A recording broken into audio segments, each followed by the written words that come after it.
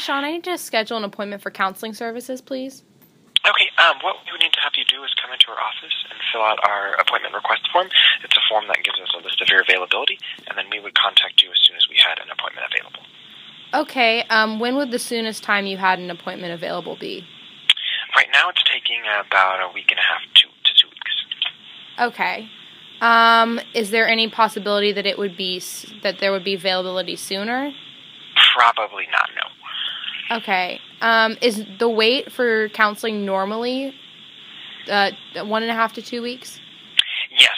At the start of the semester it's open, but as the semester continues and more students keep coming in, it gets backed up to about a time like that. Okay. So that's why the wait is so long? Yes. Are there not more people available to service the students that are coming in? No, I mean, we have a set amount. We have a handful of staff psychologists and then as well as graduate students. And so everyone is completely booked up right now. Okay. I'm just curious, how many counseling sessions do my student fees cover? Because I thought that they covered free counseling sessions. It does cover counseling. It's right now it's about 8, but that's probably going to change soon. I don't believe that it's a guaranteed 8, but we do offer up to 8 sessions for free. Okay, and are those paid for by my student fees? Yes, that should be paid through your tuition. Okay, so if my student fees cover 8 sessions, why is it not a guaranteed 8? That is a good question. I don't know if I can answer that just because we only have so many psychologists here who can see students, and when we have 36,000 students, we don't have enough people that can actually see everybody, and so it's not a guaranteed service that every single student would not be able to get 8 sessions. There's not enough people to see that many people. Okay, so a guaranteed thing in a sense. Got it. So, but if my student fees cover 8 counseling sessions, where would the money be going for the services that I'm not receiving? That is a good question. You would have to ask whoever decides the tuition for the university. Would be my guess, because we don't allot that fee. That's what the university charges y'all. Okay, got it. So we don't say, hey, charge the students this. Whoever creates the tuition for the university makes that decision, just like they make the decision for how much the library costs and how much food services cost and all that other stuff. Okay, great, thank you. And also, so if I go in and I need to schedule an appointment, how come I need to fill out a scheduling application? The way our scheduling system works is because the schedules here are reoccurring weekly, and so we're only able to schedule a week in advance. And so say if you got an appointment time, it would be at Monday at 10, you would have that appointment time every Monday at 10 until you decided to discontinue your services.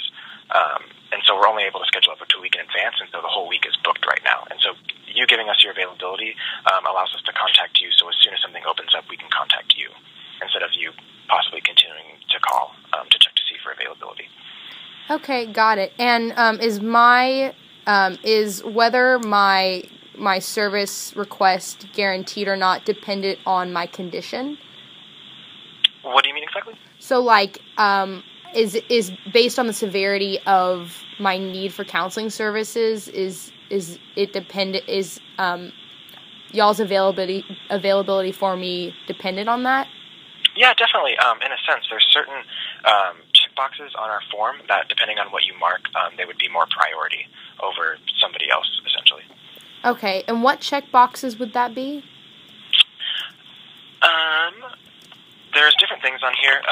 A lot of them are basically crisis. If you feel like you might be in danger of harming yourself, if you feel like you might be harming someone else, there's one that says if you've had any unwanted sexual contact, if you've seen or heard things other people cannot hear, or if you're currently in crisis for a different reason that we might not have listed, or if it immediately impacts your enrollment and that you would need to be seen right away. Okay, got it. And how soon is the priority one? If you check any of those, if it's an emergency and a crisis situation, we would check in with you then. It would be a little different than an actual appointment, but we would check in, and then depending on what the situation was, we could see you sooner rather than later.